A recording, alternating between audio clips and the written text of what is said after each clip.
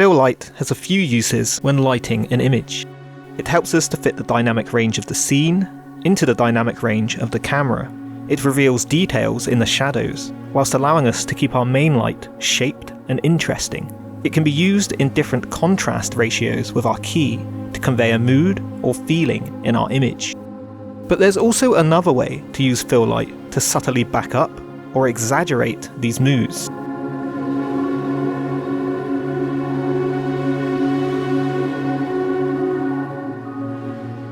Here, our subject looks out of a window at sunset.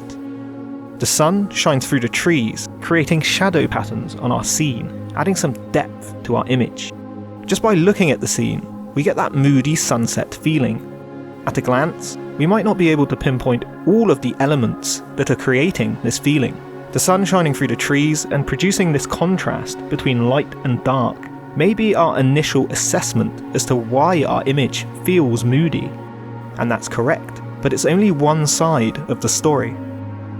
Notice how when we raise our levels of fill light, reducing the contrast between light and dark, we have a somewhat lighter, more gentle feeling image. But the level of our fill light isn't the only thing that's changed. To see this, let's start at the beginning, all lights off.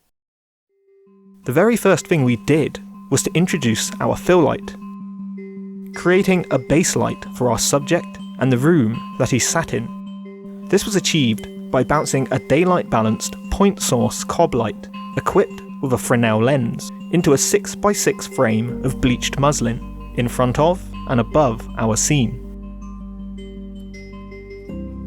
This represents our sky, and since we wanted to create the feeling of sunset with a warmer sky, we gelled our light with a CTO gel, taking our fill light from 5600 Kelvin to 3200 Kelvin.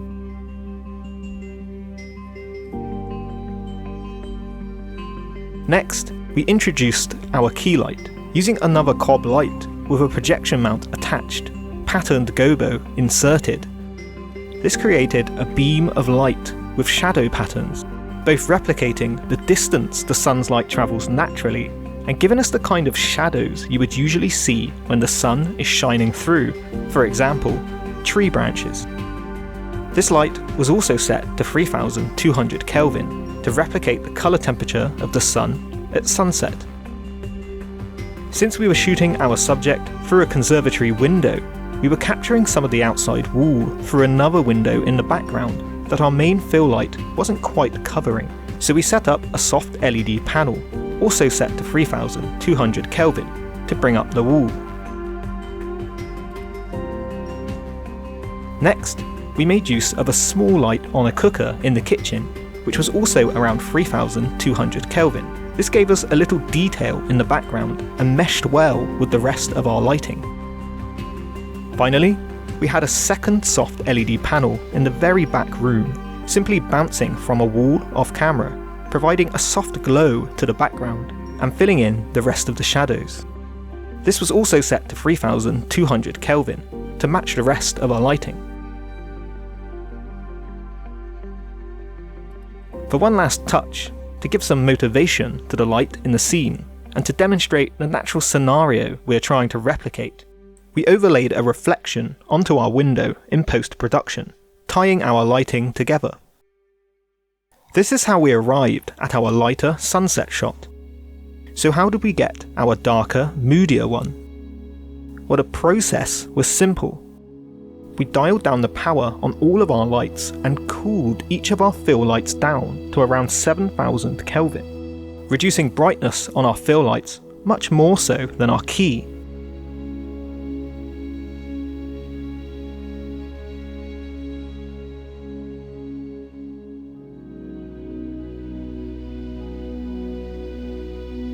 Along with the cooler colour temperature on these fill lights, we have both a higher luminance contrast and a higher colour contrast when compared to our previous shot.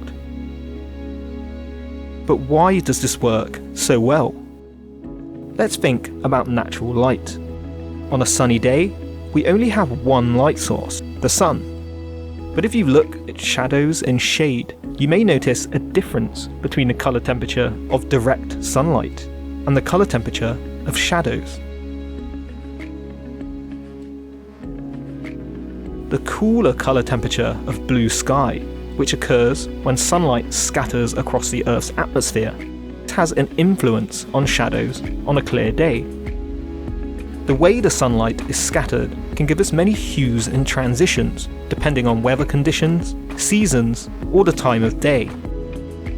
With respect to our scene, it looks like we're about an hour or two away from sunset. If we take a look at a similar situation, lit naturally, we can see the blue sky above, which is affecting the colour temperature of our shadows. If we compare this to our own scene, it isn't a perfect match, as the colours of the objects in both shots are a little different, but you can see it has the same general feeling, with this contrast between warmer highlights and cooler shadows. Compared to the scene we lit with warmer shadows, with the fill level reduced to match, we actually have a less realistic representation of how the light may look in these circumstances naturally. So just by cooling the fill light in our shadows, we create a moodier image with lighting that borrows its colour temperatures from a naturally lit situation. You may remember earlier, we briefly mentioned our subject was sat in a conservatory.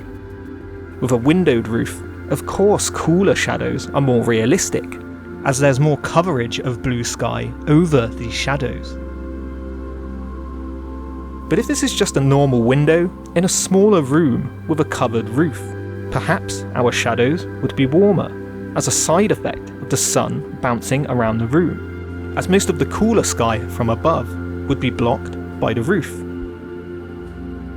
So this isn't to say one or the other is more favourable. You can base your lighting on a more realistic representation of how the light and colour temperature of light would look in a certain location. But you can always use techniques like these to create a certain feeling in the image, regardless of how realistic that light would be in a certain environment. The important thing is learning about how light works naturally, so that we can use what we learn as a tool to create moods and feelings in our images.